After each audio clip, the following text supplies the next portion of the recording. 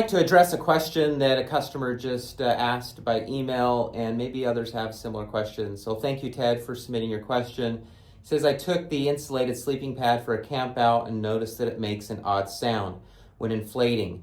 It loses a lot of air throughout the night. Have you heard of any manufacturing flaws or issues with the valve? I suspect it might be leaking air given the high-pitched squeal when inflating. So he says, my other near zero sleeping pad doesn't make this sound. So most common thing is, one, it's not common to lose air. You don't want to be losing air throughout the night. Now, there is a common thing that does happen that could lead to the reason you're seeing air be deflated. And that, the most common area is right here. So in the valve, there is a rubber seal. So you want to inspect that rubber seal. If there's any dirt or anything that's been inside of there, it could cause it to lip up. So if you can see right here, this seal, I just put my finger under it, and if it's not pushed tightly against it, that could lose air or make any other squealing sounds. I'm going to talk about the squealing sounds more in just a minute, but just make sure that your seal is all the way down. This is a two-way valve, so that when you push air in there and the pressure from the sleeping pad pushes, that air pushes the other way, it seals it off. But if there's any sand or dirt inside of there, then it won't be able to reseal with the pressure of the air on the opposite side. So that's the most common thing. You just want to inspect that. Okay, and so now let's talk about filling it. So as you fill your valve, or fill up the air through the valve with your pad, or fill your pad with air through the valve, you want to, one, push this valve really tightly down. So you can see this is tight here on the valve. And then you can use your mouth to blow it up, or the pump sack, or a pump. I'll demonstrate all three. So if I'm going to be pushing my mouth on it, and something is restrictive on the back, it's not obviously going to fill up with air. It's going to be very, very hard. That sound is common, okay? You can hear that sound, and that's the air just blowing through, pushing through that little rubber valve that we just, or the rubber seal on the back, and then inflating on the back. You just want to make sure you don't have anything, once again, pressurizing it from the back side.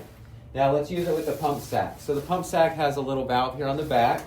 We use that to push that on top, and then the pump sack, you'll blow from about 6 inches to a foot away. Stand up. Okay, now you roll it. Now, thing you don't want to do is push it straight down where the valve, you're restricting and pushing all that air that's not allowing the air to go in an upward angle. So if I'm using the pump sack, I'm going to do it like this. This way it's lifting up the pad, not pushing it flat on the bottom that would restrict the air from going in. Okay? So that's the best way of using the pump sack, or do it on your knees, your legs, but you definitely don't want to be pushing down like this. You're not going to get any air in. Just elevate it up a little bit. Okay, so that's how you then fill it up with air. And then if you have like something like this, we have a near zero little inflator. You can use this pump, turn it on like that. Once again, you just want this on the side, and that will give the maximum amount of airflow to go in versus pushing it down and it being smashed against your bottom surface. So give that just a moment, and it should inflate all the way. These are very fast, excellent tool if you want to also use it as a little lantern. Otherwise, these pump sacks are fantastic.